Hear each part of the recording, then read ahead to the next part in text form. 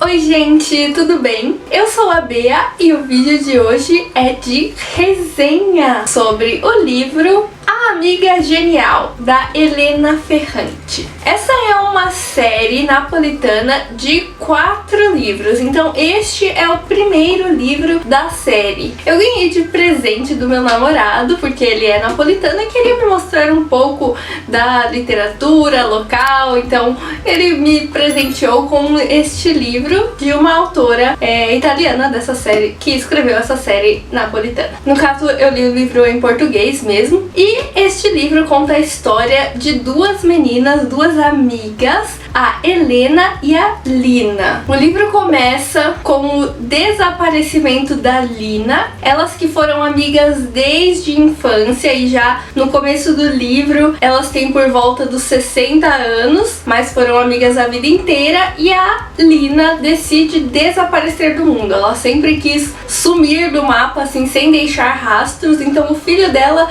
liga pra Helena pra saber se ela tem qualquer notícia, se ela sabe o que aconteceu com a Lila, mas ela não sabe nada, ela só sabe que ela sempre teve esse desejo de sumir do mapa. Então ela começa a contar a história delas duas desde a infância. Este livro mostra um pouco da infância delas, desde que elas se conheceram lá por volta dos 5 anos de idade até a adolescência delas. No começo do livro eu achei assim bem confuso, porque tem muitos personagens, inclusive na primeira página tem uma lista de personagens, porque são muitos personagens. Então eu ia lendo e eu falava, nossa, quem é essa pessoa? Eu voltava lá nessa lista dos personagens, ele é de tal família e tudo mais. E este é um livro bem longo. Como tem muitos personagens, às vezes a narrativa fica um pouco concentrada em personagens que não tem muita importância, muita relevância na história, e em alguns pontos do livro parece que teve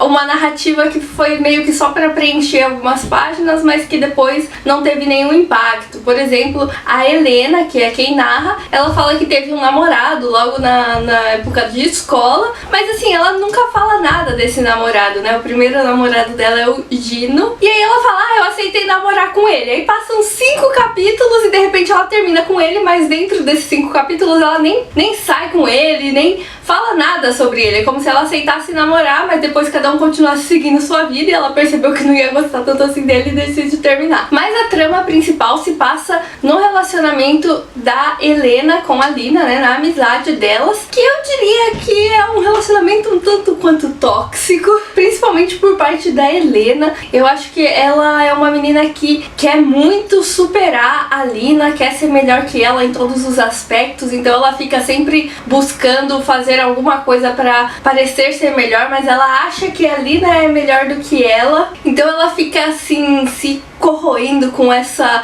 competição com a Lila. Ao meu ver, a Lila parece ser uma personagem muito mais autoconfiante e que não se importa tanto assim. Apesar de existir uma competição entre elas duas, a Lila é muito mais desencanada quanto a isso. Ela tem uma personalidade mais forte, mais influenciadora, enquanto que a Helena é meio que dependente da Lila em muitos aspectos. Tem muitos momentos que eu percebo a Helena narrando coisas da vida da Lila a partir de um aspecto muito pessoal, como se ela tivesse vivenciado aquilo. Tipo, ela fala o que estava se passando dentro da casa da Lila, quem visita ela, o que aconteceu, as brigas entre os pais da Lila, como se ela estivesse vivenciando isso. Então dá a entender que foi a Lila quem contou isso pra ela. Porém, na maioria dos diálogos que tem entre a Helena e a Lila parece totalmente reservada, parece que ela não quer contar muito sobre a vida dela. Então são uns diálogos bem curtos, inclusive o livro inteiro tem pouquíssimos diálogos, a maior parte é a narrativa mesmo, mas os poucos diálogos que tem entre a Helena e a Lila, parece que ela sempre dá um jeito de cortar a Helena logo de uma vez, sabe? Não dá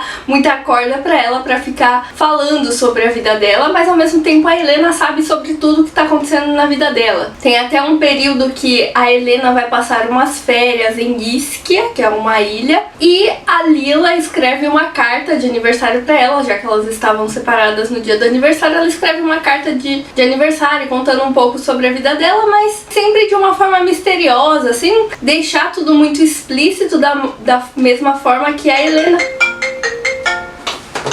sem deixar as coisas muito explícitas, da mesma forma que a Helena faz quando ela conta sobre a vida da Lila. Inclusive, a narrativa se passa muito mais dentro da vida da Lila, apesar de ser a Helena quem narra, ela não fala quase nada da família dela, ela cita alguns aspectos sobre os pais dela, mas ela nem fala dos irmãos dela. Aqui na lista de personagens diz que ela tem irmãos, mas aparece em um único parágrafo uma das irmãs dela que começou a escola, ela só cita que ela começou a escola, mas de resto toda a narrativa se passa contando da família da Lila, o que tá acontecendo com a Lila. Um ponto que eu achei interessante, que eu acho que é uma coisa que mostra um pouco até mesmo da cultura italiana, é o fato de que eles têm um núcleo de amizade desde a infância e que fica até a fase adulta, até quando eles já são mais velhos, é sempre aquele mesmo núcleo de amigos, aquele mesmo núcleo de convivência. Pra gente aqui isso pode parecer uma coisa estranha, né? Conforme você cresce, você muda de escola, muda de cidade, muda de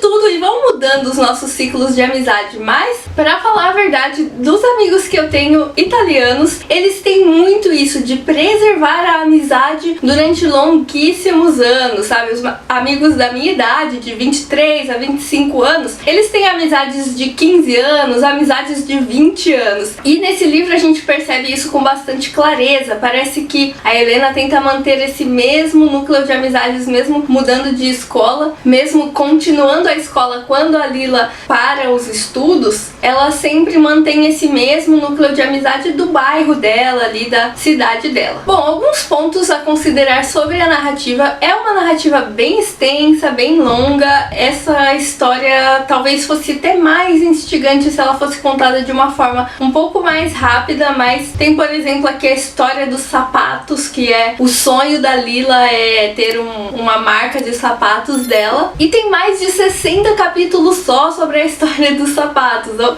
vão acontecendo algumas outras coisas em paralelo, mas sempre volta nesse aspecto dos sapatos durante muitos capítulos. Então, em alguns momentos é um pouco cansativo, apesar dos capítulos serem curtinhos. Os capítulos têm entre 3 e 5 páginas. E algumas coisas sobre a tradução que eu achei que ficou um pouco estranha, essa tradução. Algumas coisas não foram exatamente adaptadas para nossa linguagem, mas ao meu ver parece que tem alguns pontos que foi feita uma tradução muito literal. Eu ainda não li esse livro em italiano, eu tenho os 3 primeiros livros da série, então o 4º livro eu quero ler ele em italiano para saber. Mas uma das coisas que tem assim no italiano é que eles têm uma diferença muito nítida entre a língua italiana e o dialeto de cada região. Então o dialeto é como se fosse um idioma totalmente diferente, inclusive algumas expressões em dialeto não parecem em nada com o italiano. E aqui neste livro a narradora cita exatamente quando a pessoa responde em dialeto e quando a pessoa responde em italiano. E pelo que eu vi, esse livro, quando ele é escrito em italiano, essas falas que vêm em dialeto, elas vêm escritas em dialeto e depois entre parênteses em italiano, para as pessoas das outras regiões também entenderem. E agora sobre a tradução em si, teve alguns momentos que eu achei que a tradução pareceu muito literal, que alguns verbos perderam o significado que eles teriam mesmo em italiano e foram traduzidos literalmente para o português, alterando um pouco o significado original. Por exemplo, tem uma parte aqui que fala que a Lila, ela não queria namorar, ela não se interessava por isso, né? Então chega uma parte que ela fala sobre a Lila e um outro rapaz, ela fala, eles nunca se frequentaram. E essa tradução em português ficou muito estranha, porque em italiano essa palavra frequentare significa realmente sair ali com uma pessoa, estar se encontrando com uma pessoa. Mas nós em português não usamos essa palavra frequentar dessa forma, com esse significado. Também todas as vezes que ela fala sobre dirigir o carro, né, ela fala que o Marcelo Solara, ele tinha um carro, né, era o único rapaz da cidade que tinha o carro, e aí tem um dia que ele deixa ela dirigir, e aí ela fala, ele me deixou guiar. E todas as vezes que ela cita sobre dirigir, ela fala sempre guiar. guiar. Tem uma parte que eu acho que é o Pasquale que tava dirigindo e ela fala,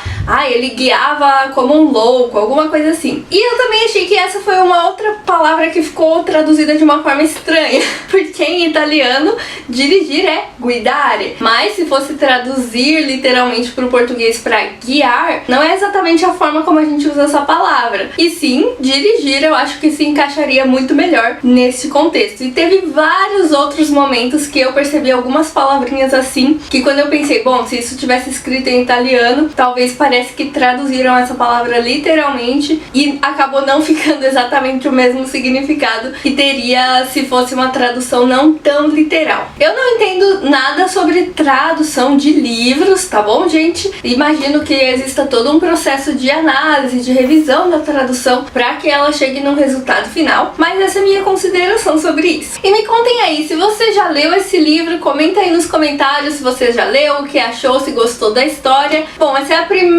o primeiro livro da série, então se vocês quiserem que eu continue falando dos próximos livros, deixa muito like nesse vídeo e comentem aí também. Espero que vocês tenham gostado e se inscrevam no canal ativando o sininho para receber as notificações. Beijos e até o próximo vídeo!